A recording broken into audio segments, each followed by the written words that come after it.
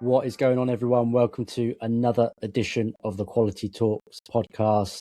And this is our third episode of our bite-sized series, Small Changes That Make a Big Difference to Quality. I'm doing this alone this evening, so it's just me. So I thought, why not focus on this episode being around being a lone QA in a team, and what sort of changes or small changes can we make or influence in our teams as a lone QA, because it can be difficult being that lone voice or feeling like you are that lone voice. Trying to influence quality can take its toll, can be quite overwhelming, and can be quite stressful. So we're going to focus on a few different ways that we can influence quality within the team and drive more of a whole team ownership, let's say. So it's how do we educate our team so that ultimately quality isn't your sole responsibility, or it isn't perceived as your sole responsibility, let's say. So let's get into it. So the first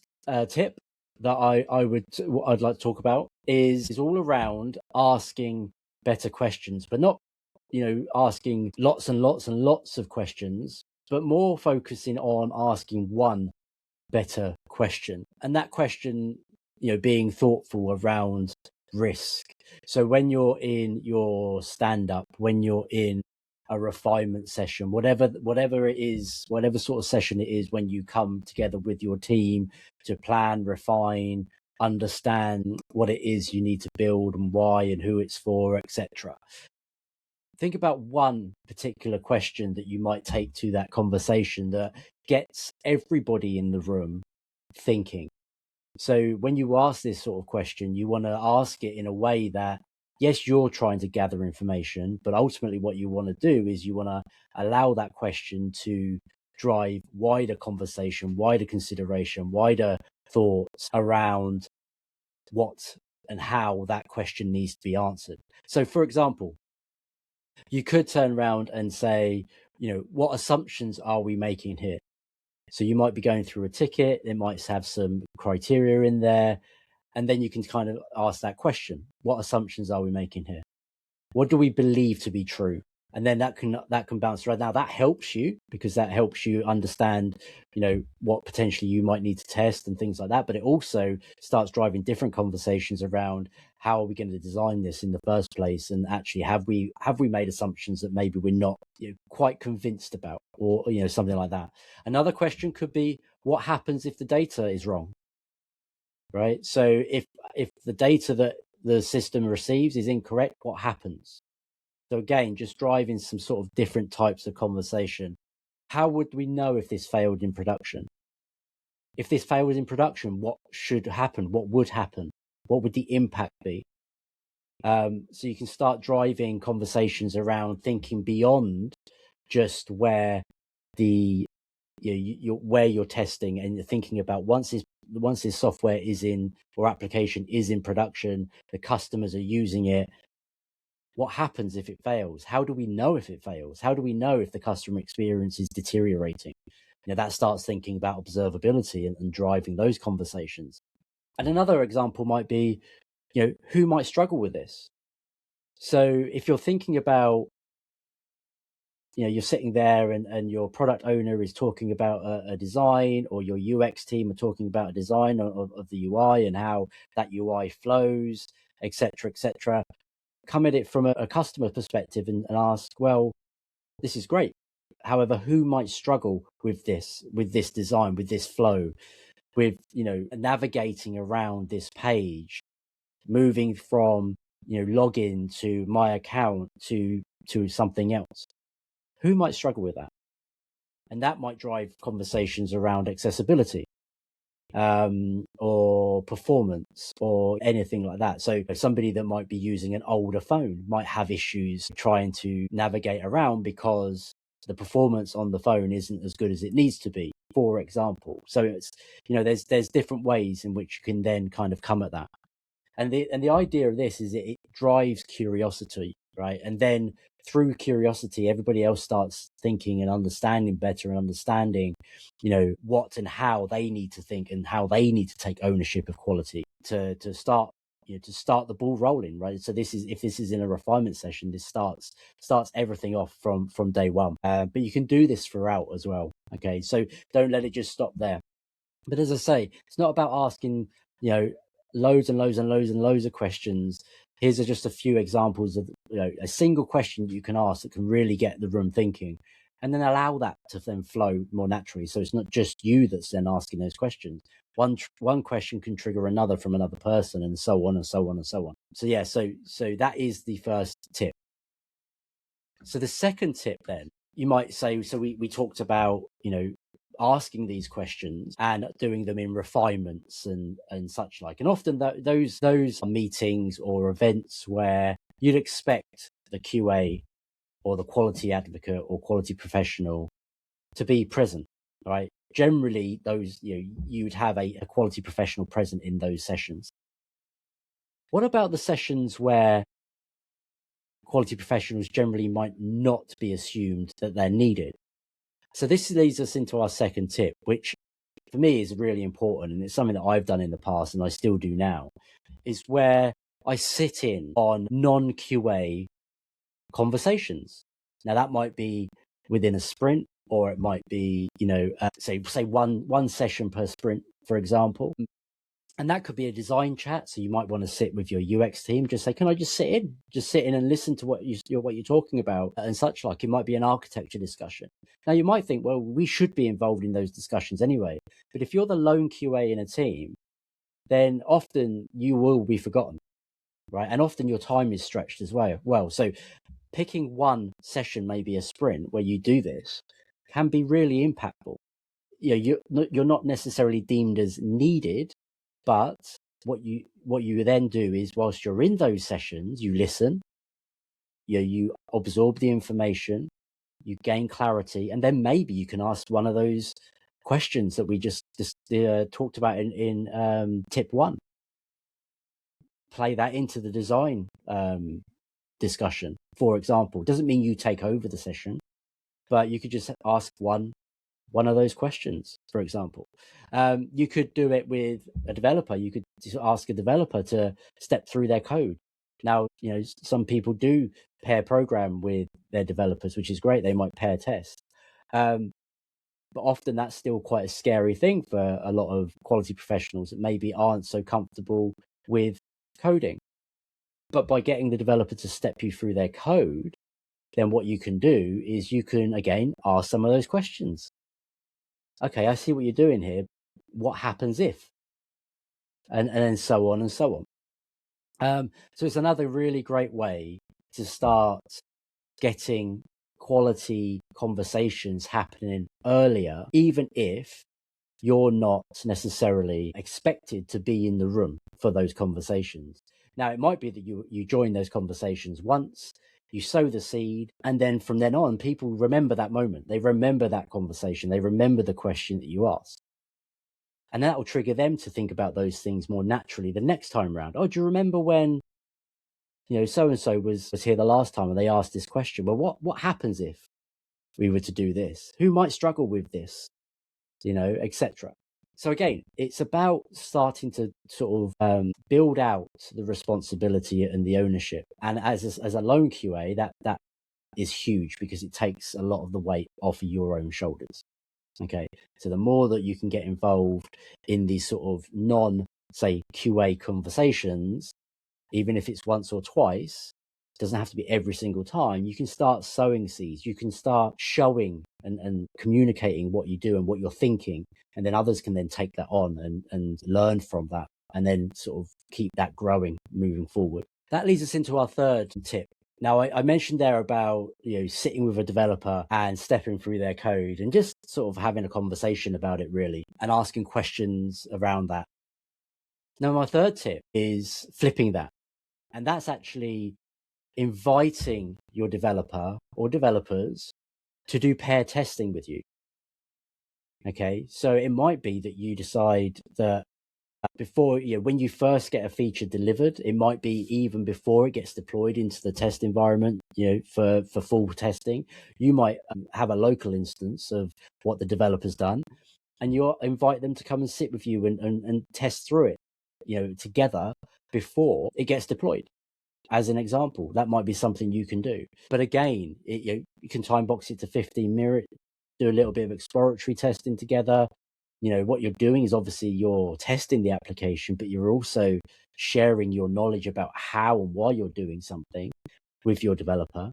And in parallel, you're then sort of subconsciously encouraging them to be able to do this themselves.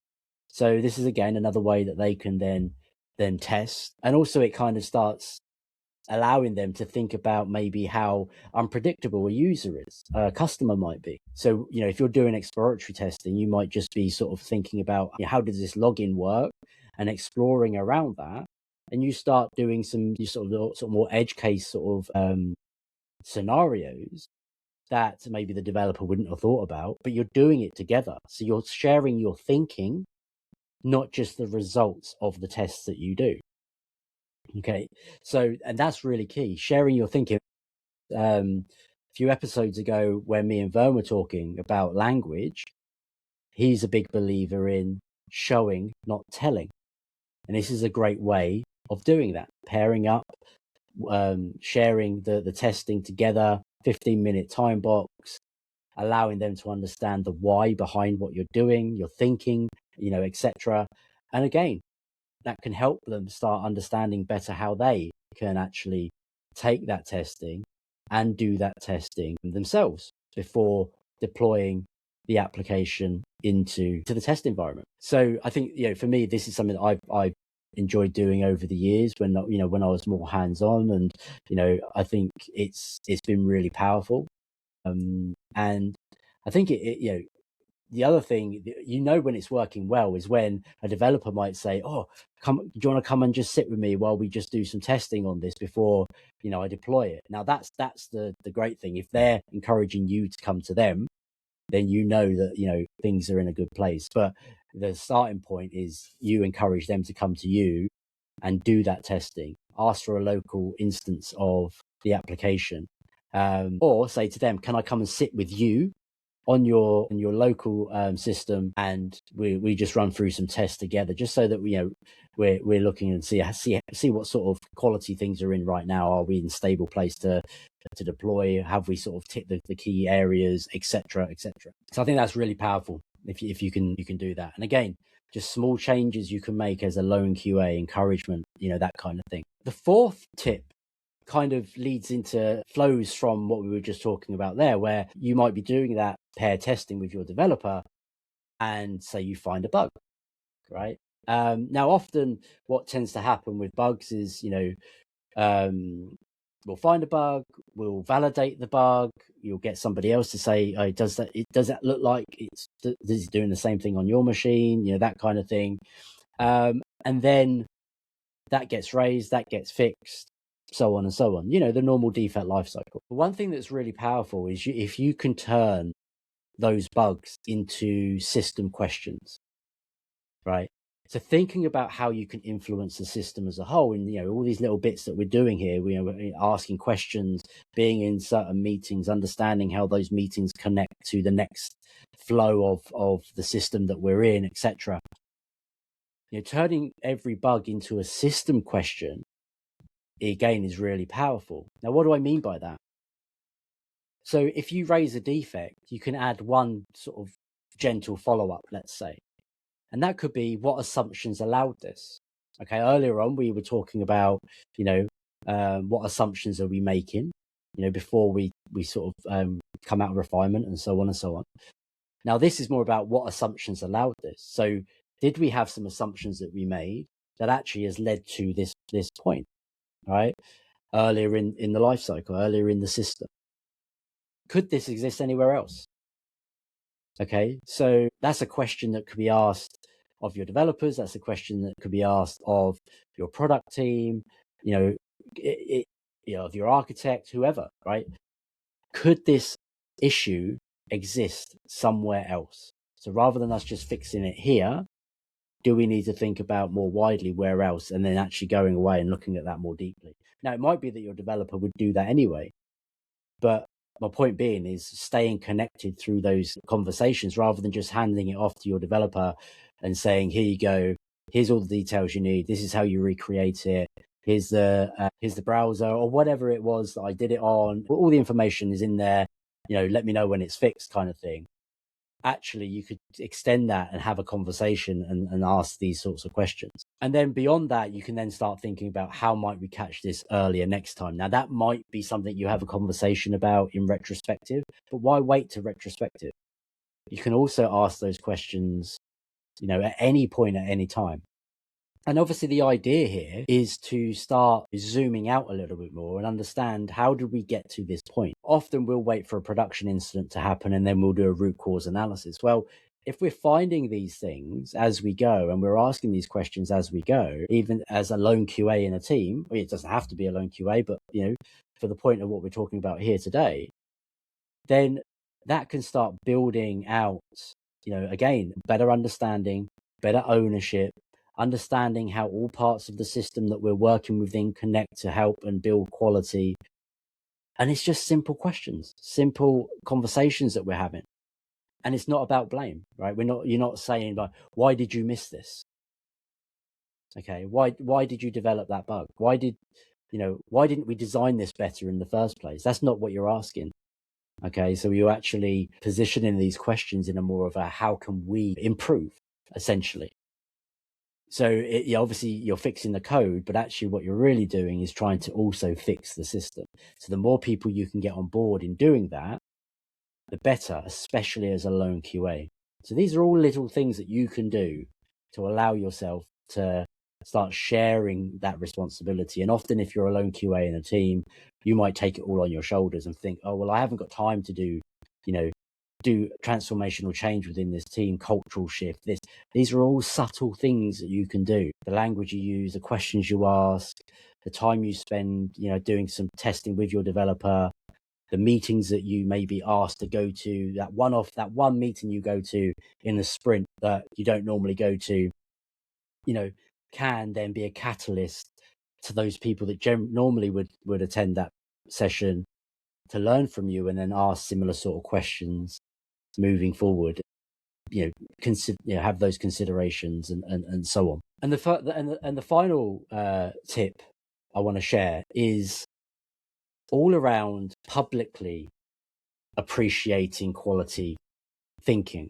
Okay, so you're doing all these little things. You're having all these little moments of conversations, questions, driving these conversations. Hopefully, people are learning from you, taking things on board. Taking those questions that you've said maybe into other sessions and that thought process and those considerations. But then being able to publicly appreciate that is huge, because people being recognized. If you recognize your developer because they've handled an edge case really, really well, they thought of an edge case and they've handled it really well, or they've built in some levels of validation that maybe could have been missed, or they've really thought about the testability of something, before they've built it. Those things should be publicly appreciated. Call them out. Explain why. Talk about the work you did here around testability has really allowed me to do, be more efficient and more effective in the testing that I want to then do. That's brilliant. Thank you so much. And people being acknowledged and recognized for that goes a long way. Other people see it, and it just builds morale as well. It builds connections, it builds relationships, it builds trust, and ultimately it builds much, much, much better quality all round. And those things repeat, they repeat and repeat and repeat and repeat. So just little things here and there, appreciations here and there, and you'll see that you'll get those same things back. Maybe have an appreciation wall. I've done this before where, you have appreciation walls and people will put post-its up on the walls, or they'll write comments on the wall, just as appreciation posts. Okay, so you don't necessarily have to stand there in front of people and publicly say the words, but having sort of ways in which you can do this is really, really powerful. And I've seen really great outcomes and much stronger teams as an outcome from doing this sort of thing. So you're able to obviously shape things as a lone QA, with all these little subtle things that you can do, better questions, being in some sessions that maybe normally you wouldn't be in, pairing with your developers, when you find bugs, thinking about system quality and then feeding that into broader questions about how can we just improve the system rather than improving the code and improving the testing. How do we improve the system and think about what assumptions allow this and so on, and then publicly appreciating quality thinking and quality outcomes that your teammates are delivering on. Okay, if somebody invites you to do some paired testing, a developer invites you, or a developer says, can I just show you this for a second? Can I show you this fix? Can I appreciate it, publicly appreciate it? It goes a long, long way. So as I said at the start, it can be very, very challenging to be a lone QA in a team and think about, how you can potentially influence. Obviously, you might be reading all these blogs, you might be listening to some of our podcasts and thinking, well, I can't do that because I'm the only QA in my team. I don't have bandwidth. There's just too much for me to take on. Well, hopefully some of these things that we've talked about today can help you take some of those small steps. They're only small changes, small things that you can do. Doesn't mean you have to do all of them. And there's others as well. And I'll share a blog post soon around some other things that you can do in the same way. But hopefully this gives you some encouragement, and hopefully you can take some of these away and start, applying them to what you're doing on a day-to-day basis. And this isn't just for lone QAs. Okay. These things matter regardless of whether you're a sole QA, whether you're in a team where you've got more than one QA. It doesn't matter whether you're thinking about it from a leadership perspective. All these tips still matter and should be encouraged anyway. So hopefully you found this episode useful. And I'll leave you with one question to go away and ask yourself. And that is, how will you in your team influence quality over the next few weeks? You don't have to answer it. You can just think about it and take that away and just think about one thing that you're going to do to influence quality over the next few weeks in your team as a lone QA. Okay. But that's it. That's it for another episode of the Quality Talks podcast. That's it for episode 3 of our bite-sized series, small changes that can make a big difference to quality. Hope you enjoyed it. Hope you take some learnings away from it. And join us next time on another episode of the Quality Talks podcast. Take care for now.